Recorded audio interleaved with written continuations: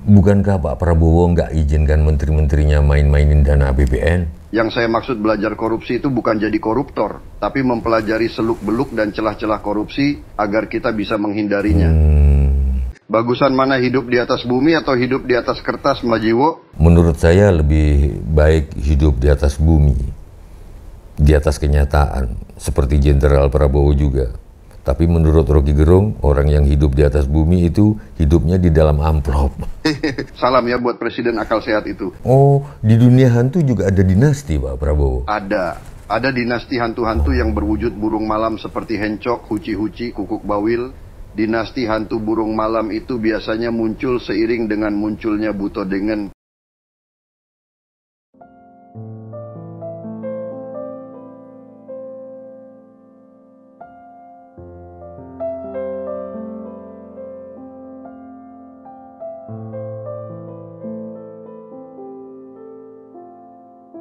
Biasa, Zoom sama orang nomor 1 di negeri kalian. Nah, kan? Halo, Jenderal Prabowo. Ya, Mbak Jiwo. Rahayu. Rahayu. Boleh langsung to the point? Boleh. Saya orangnya suka to the point. Jenderal pernah bertemu kuntilanak? Kuntilanak? Iya, kuntilanak. Saya kira Mbak Jiwo tadi mau to the point nanya tentang hal-hal yang serius. Lah, hal-hal yang serius itu yang seperti apa, Jenderal? Apakah soal kuntilanak ini Jenderal anggap receh? Bukan receh. Kuntilanak bisa juga jadi persoalan yang tidak main-main. Tapi yang saya maksud serius tadi adalah perkara-perkara yang menurut publik adalah perkara serius. Hal-hal yang menurut publik adalah hal-hal yang sungguh-sungguh? Misalnya? Ya, umpamanya publik menyangka bahwa kabinet saya ini cuma bersifat kabinet sementara. Ada rombongan baru yang nanti akan masuk kabinet, menggantikan menteri-menteri yang saya angkat sebelumnya. Ada klaster-klaster baru. Menteri-menteri yang dari Pak Jokowi akan saya copoti, ganti dengan klaster-klaster baru. Ini kalau menurut Pak Bambang Pacul bukan dinamika politik, tapi dialektika politik. Desas-desusnya begitu. Apakah pergantian menteri itu akan menjadi perkara yang serius yang akan Pak Prabowo lakukan? Serius itu, serius tadi itu. Serius menurut publik loh ya. Kalau menurut Pak Prabowo, apakah hal-hal yang serius menurut publik itu baiknya dijogetin saja? Joget itu kan ada waktu-waktunya. Seperti minum cappuccino, ada waktunya. Minum cappuccino pagi-pagi bisa diketawain orang-orang Italia. Mamma mia, mamma mia, mamma mia. Betul, di Roma saya pernah pesan cappuccino pagi-pagi di kafe yang jualnya bengong. Jadi joget dan tidak itu pun ada waktu-waktunya, Jenderal. Betul. Lain dulu, lain sekarang. Sekarang soal pergantian kabinet, pergantian menteri ini bukan soal dijogetin saja, karena waktunya joget sudah ada sendiri. Ya, itu sangkaan publik saja. Bahwa perkara reshuffle kabinet ini nggak bisa dijogetin aja. Seperti sangkaan publik bahwa saya dan Pak Jokowi bisa dipecah belah. Kita akan susah hidup cuma dengan modal sangkaan-sangkaan. Kembali ke kuntilanak. You mau tanya apa? Gini, Jenderal pernah jadi Menteri Pertahanan di zaman Pak Jokowi kan? Betul. Menurut sebagian pihak, Jenderal Budi Gunawan yang membuat saya dan Pak Jokowi bertemu di tahun 2019 itu. Bukannya Pak Luhut? Ya, suka-suka you saja. Tapi di fisika modern kan sudah dijelaskan bahwa di dunia ini tak ada satupun peristiwa yang terjadi hanya karena satu sebab. Waduh, saya suka quote itu. Oke. Entah karena Pak Luhut, entah karena Pak Budi Gunawan, akhirnya Pak Prabowo ketemu Pak Jokowi dan diangkat jadi Menteri Pertanahan. Menteri Pertahanan. Oh iya, keselio lidah. Mungkin karena Bapak ini tanahnya juga banyak kan? Daripada tanah-tanah itu dikuasai asing. Siap.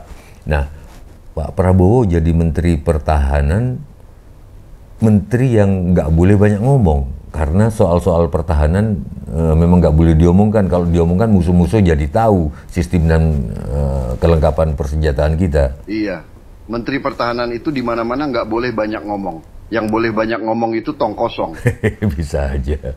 Klundang-klundung, klundang-klundung, klontang-klontang. Tong kosong nyaring bunyinya, Jenderal. Tong kosong nyaring bunyinya. Omong-omong, Jenderal lebih suka pada orang yang pendiam? Nggak juga. Diem, nggak pernah buka mulut, itu bikin mulut bau. Itu kalau nggak salah pernah dikatakan oleh Pak Mahbub Junaidi, Sekjen NU zaman Pak Harto. Setuju, Jenderal. kalau diam adalah emas, berarti orang diam bisa ditambang kayak di Freeport. Waduh, kok omongan ini bisa sampai ke Papua segala ya? Daerahnya Natalius Pigai yang Bapak masukkan dalam jajaran kabinet Bapak. Ya, dari Papua kita balik ke topik semula. Tetap manusia itu perlu ngomong. Saya sependapat dengan Dalang Kinarto Sabdo. Cara mensyukuri bahwa kita telah diberi mulut, ya menggunakannya untuk ngomong. Dengan ngomong, kalau salah ada yang benerin. Ya. Kalau kita salah dan diam, tidak ada yang tahu siapa yang mau mengoreksi kita. Itu kalau sebagai manusia bebas loh ya. Kalau sebagai manusia Menteri Pertahanan, tidak boleh banyak ngomong. Nanti bisa ketahuan semua kekuatan pertahanan kita. Ada salah satu hal yang saya berguru pada Pak Jokowi. Apa itu, Jenderal? Pak Jokowi itu kalau pidato singkat. Kalau memberi pengarahan ke menteri-menteri juga singkat. Saya malah merasa terlalu panjang kalau pidato. Pendiam juga salah, tapi jangan pidato terlalu panjang. Jenderal, maksud saya ini, walaupun dulu itu tidak pernah diomong pas Pak Jokowi, pas Pak Prabowo jadi Menteri Pertahanan, sebetulnya pertahanan kita terhadap kuntilanak ini bagaimana, Jenderal? Kalau pertahanan kita dari kemungkinan serangan Amerika, serangan Cina juga, ya yang lain-lain, saya sudah sedikit punya gambaran.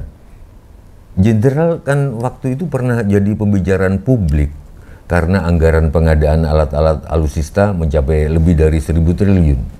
Menteri Keuangan Bu Sri Mulyani yang kini Bapak angkat lagi sebagai Menteri Keuangan kesekian itu manyun terus waktu itu.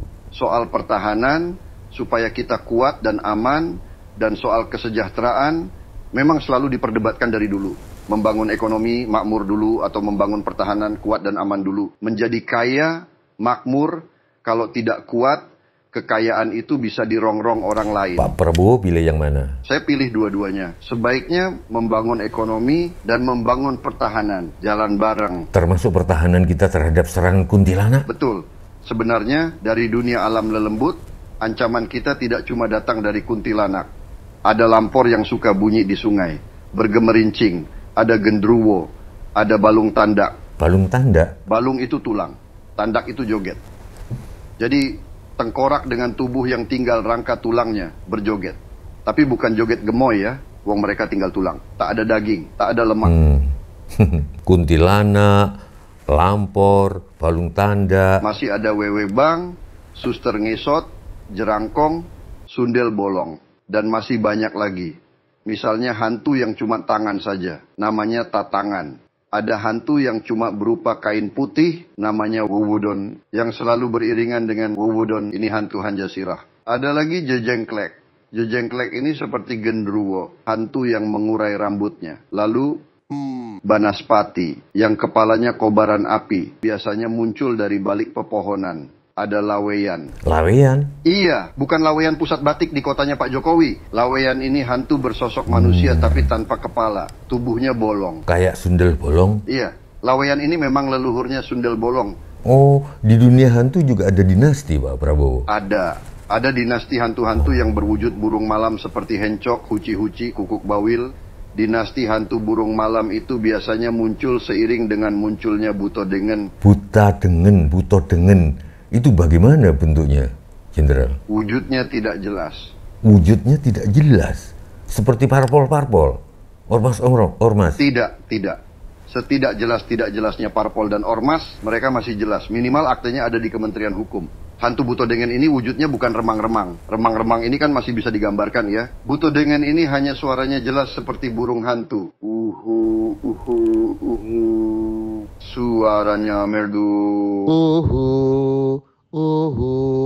Suaranya merdu. Hehehe, merdu tapi sosoknya tidak jelas. Nah, pertahanan di Indonesia selain harus siaga terhadap pecahnya perang di Laut Cina Selatan, juga harus siap menghadapi hantu-hantu itu. Termasuk hantu-hantu dari dinasti yang tidak jelas. Apa wacana Bapak untuk menggarisbawahi daya tahan terhadap hantu-hantu tersebut? Daya tahan masyarakat Indonesia? Saya lagi kepikiran untuk memberi penghargaan terhadap kalangan perfilman yang konsisten memproduksi film-film horor. Saya kepikiran buat minta Menteri Kebudayaan kepada Fadli Zon dan lain-lain untuk kasih penghargaan kepada insan-insan perfilman yang rajin bikin film horor. Mereka seperti telah melatih masyarakat untuk berani menghadapi kenyataan hidup, berani menghadapi hantu.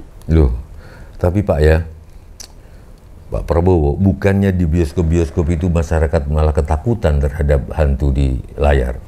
Ada yang sepanjang pemutaran film merem terus. Ada yang teriak-teriak, ada yang pegangan erat tangan sebelahnya, mencengkeram kuat-kuat. Nggak apa-apa. Itu bagus untuk latihan menghadapi hantu yang sebenarnya. Kalau kita akan memberantas korupsi itu kan harus belajar korupsi dulu. Loh, bukankah Pak Prabowo nggak izinkan menteri-menterinya main-mainin dana APBN? Yang saya maksud belajar korupsi itu bukan jadi koruptor, tapi mempelajari seluk-beluk dan celah-celah korupsi agar kita bisa menghindarinya. Oh gitu. Seperti juga dalam ilmu silat, kita belajar membanting, belajar mengunci, bukan untuk jadi pembanting maupun pengunci. Tapi agar kita bisa menghindarkan diri dari dibanting dan dikunci. Betul. You kadang-kadang cerdas juga. Tapi masih kalah cerdas sama Rocky Gerung. Rocky Gerung. Apa kabar temen you itu? Ya nggak tahu, Jenderal. Lo kok bisa nggak tahu? Masa seorang Sujiwo Tejo bisa nggak tahu kabarnya Rocky Gerung? Ya sebab tempat tinggal kami berbeda jauh, Jenderal. Saya hidup di atas bumi, Rocky di atas... saya hidup di atas bumi, Rocky hidup di atas kertas. Bagusan mana, hidup di atas bumi atau hidup di atas kertas, Mbak Jiwo? Menurut saya lebih baik hidup di atas bumi.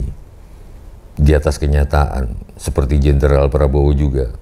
Tapi menurut Rocky Gerung, orang yang hidup di atas bumi itu hidupnya di dalam amplop. Salam ya buat Presiden akal sehat itu. Salam saya sampaikan, Jenderal.